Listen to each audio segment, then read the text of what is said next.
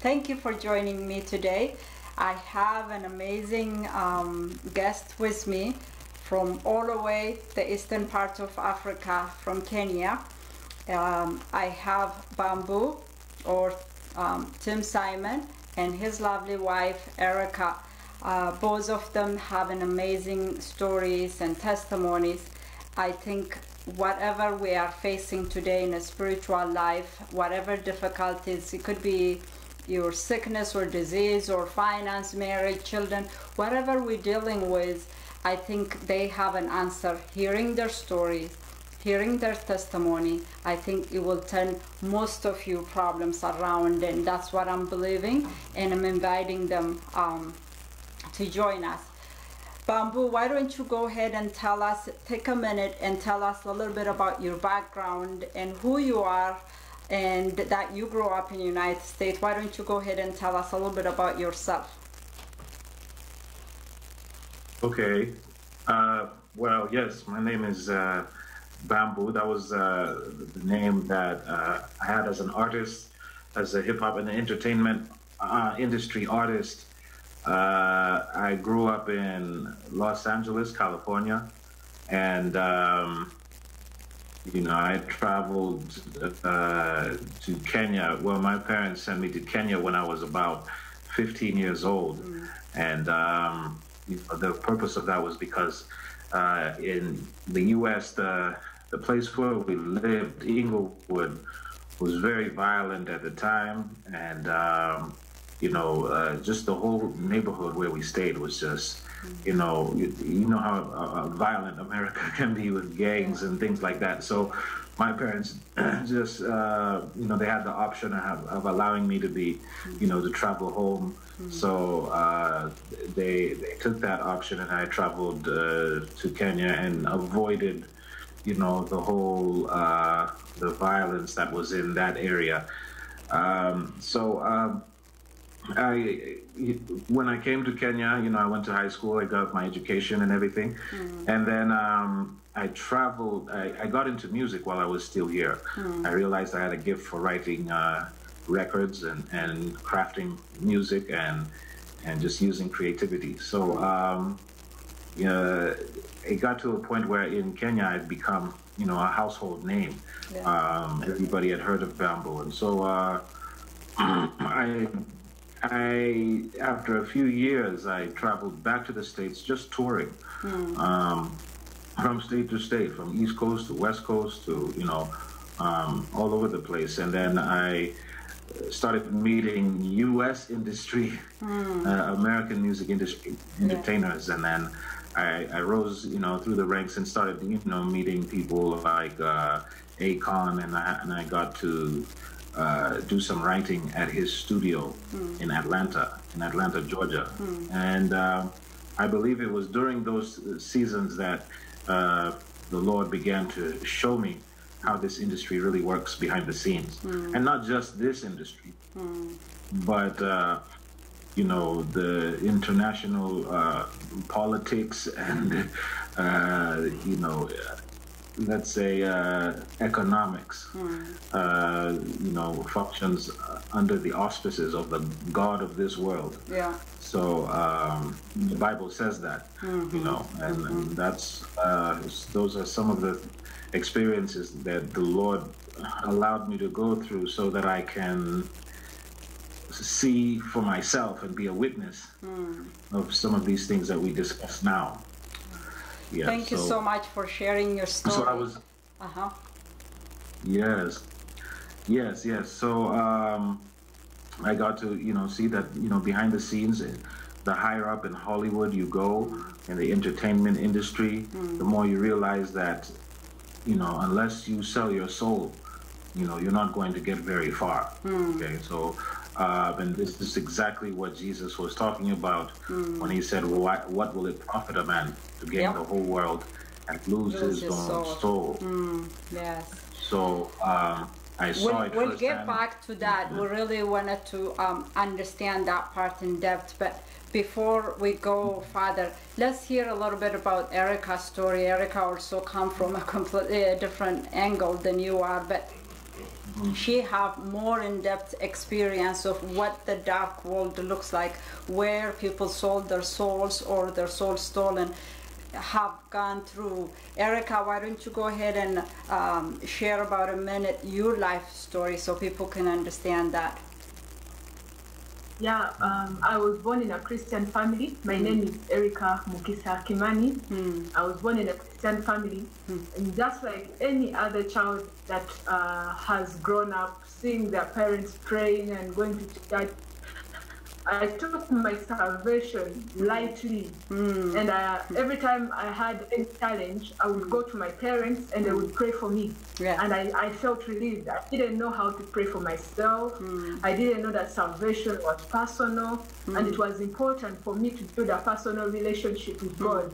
And when we went to Sunday school, where we were taught Bible stories, but we were not given the basics of how to survive as a Christian, you know, how to pray as a child of God, how to wage war against the enemy. Those are the things that children need to know because they are a target. Yeah. The enemy is targeting the younger generation. So now, with that, the enemy used that as a door to access my life. Every holiday, I would visit my grandmother, who was a high-level sorcerer. And every time I tried to resist, my mom would insist that I go and get to know my relatives. So my grandmother, the devil used my grandmother to initiate me from when I was young. I began to get out of my body. My soul began to get out of my body, and it was as a result of my grandmother initiating me into the kingdom of darkness by cutting my fingernails, hairpiece, and using them as a point of contact and opening up my spirit to satanic attacks. Wow. So when I was about 8, my grandmother took me to a graveyard where they bury the high sorcerers in the family, high-level sorcerers in the family. Yes. And one of the people who was buried there was her mother, who she killed for power. Because in the kingdom of darkness, you don't have a brother, you don't have a sister. Anyone that the devil commands you to kill, you kill. Wow. So my grandmother had killed her mother for power. Wow. She wanted to be more powerful, and every generation has to be greater than the previous generation. So she took me to be initiated at a tender age because she knew that my dad had given his life to Christ and he wouldn't allow me to serve the devil. And my mother was coming from a family of pastors. So she knew that there were chances of me serving God if she didn't initiate me earlier. So now she took me to a graveyard, and while she was on that grave, she began to speak to the dead. That's how I got to know that sorcerers have the ability to speak to the dead. Yeah. She began by spraying herbs on the graves and enchanting and naming the lineage of our families, our ancestors, to her name and then to me. And then when we went to her mother's grave, she began to do the same, and she would even sleep on some of the graves. And what happened there is when I realized that the ground, the earth has a mouth, and it can open its mouth and it can swallow. Because when she began to enchant, the ground opened its mouth, and it was a portal that we used to travel to the world of the dead.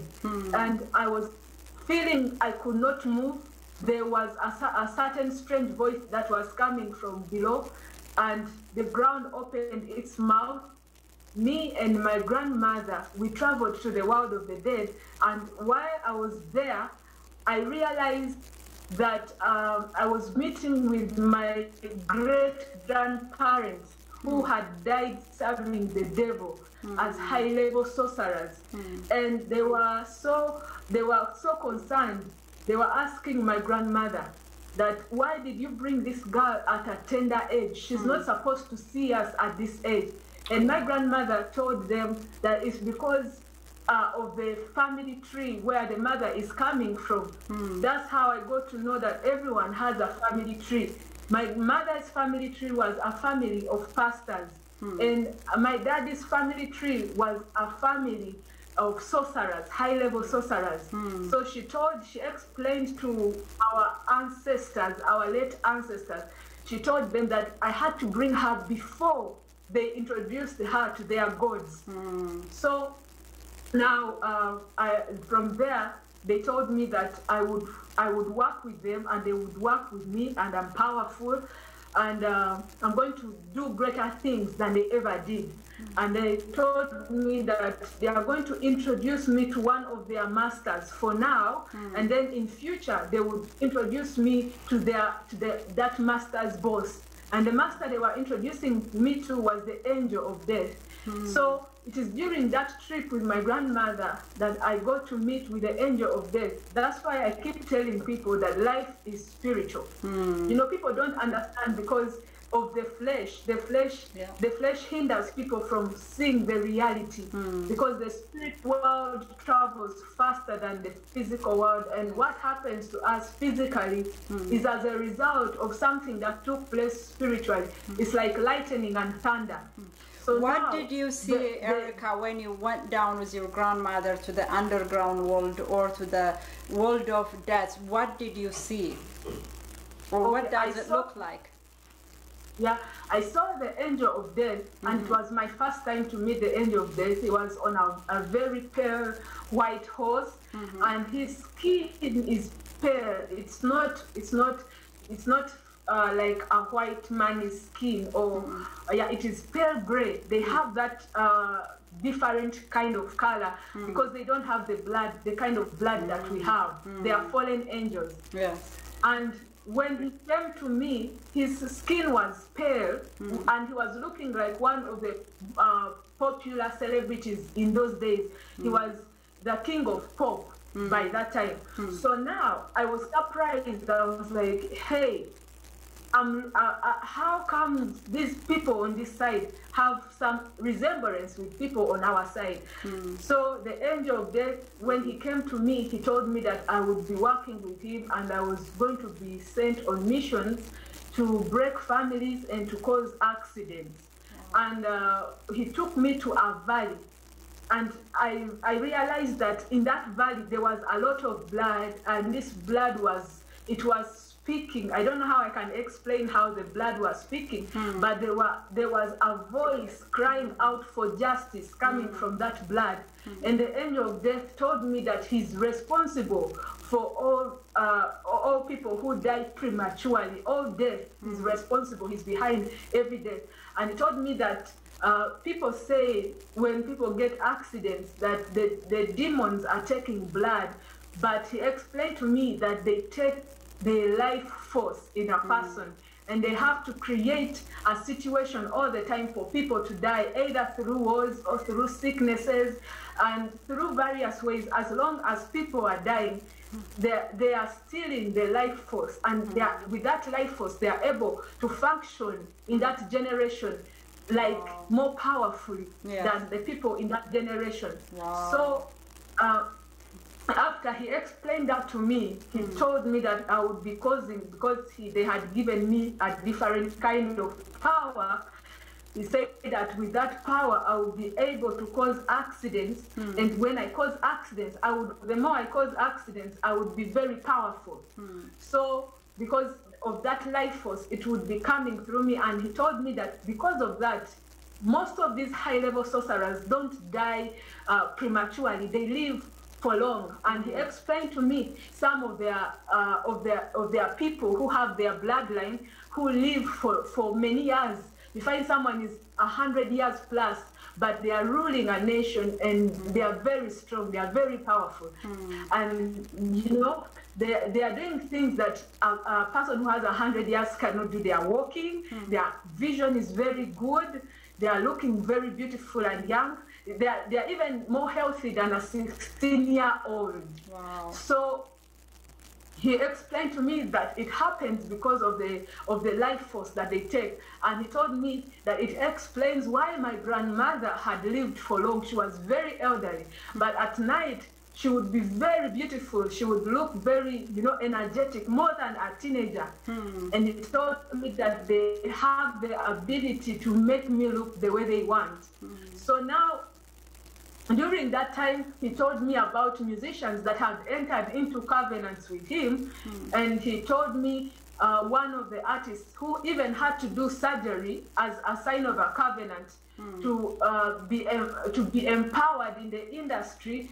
And as he would be performing, he would send the spirit of death, and the angel of death would be working with him. That's why people would die during the time when he's performing. People would faint. So much evil would be taking place and he told me, he explained to me, he said, because they have entered into a covenant with him, even when they are shooting their videos, they have to create an atmosphere or an environment that can open a portal and usher spirits into someone's life. That's why you see graveyards in their videos. You see demons coming out of the grave and chasing them. They have to create an atmosphere that can allow these evil spirits to get from wherever they are and attack people's lives. And he told me that music is an instrument, it's a weapon. It is a form of transport that can transport a spiritual being into this dimension. And he told me that those people who are serving the God of my mother's ancestors,